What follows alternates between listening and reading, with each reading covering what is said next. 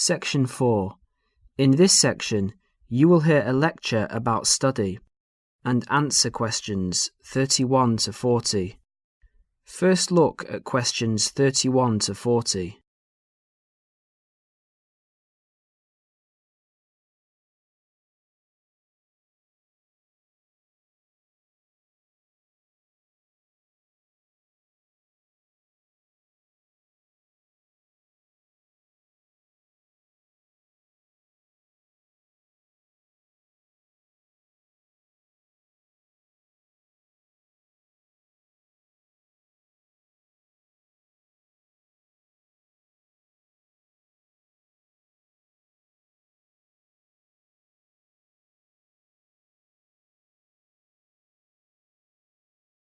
As you listen to the lecture, answer questions 31 to 40. Can anybody hear me? Is this microphone working? Good. Now, welcome everybody to the second of these lectures on successful study at college. Yesterday we looked at housekeeping issues, where to find information, how to use the library computer system and so on.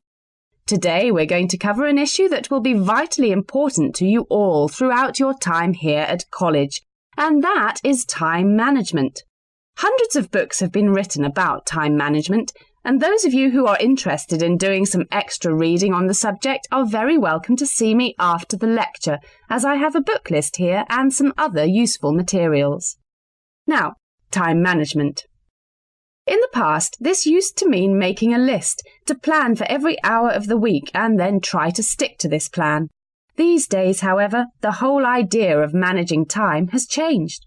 In fact, if you think about it, you'll find that it's impossible to manage time. It just goes. So what you really need to manage is yourself. To manage yourself effectively, you need to have a clear idea both of what you want to achieve and how to achieve it. In other words, you need to set goals, and you need to move towards achieving these goals in an efficient and systematic way.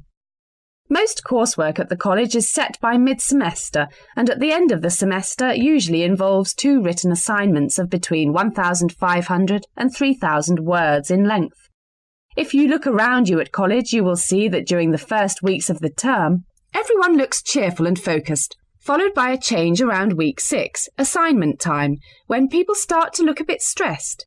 The library reports that an increasing number of students become angry when books are not available. So what's happened?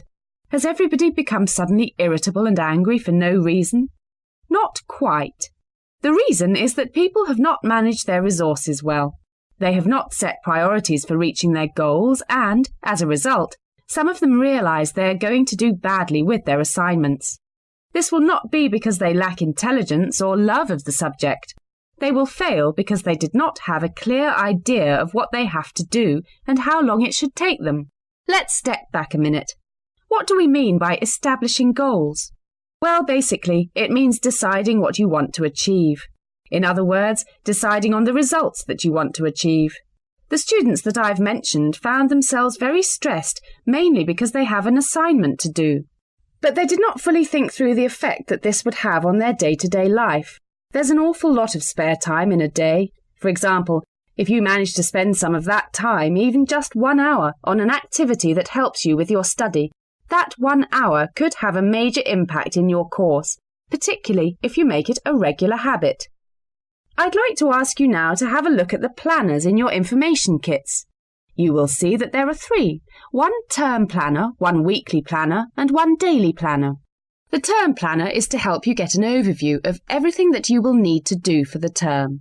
The weekly planner is to help you week by week, and the daily planner will help you with the really detailed planning. Before we go any further, I would like you to make a note in your daily planner right now. I want you to picture how you could make a major difference in your life by spending just 1 hour a day on some activities for the next term.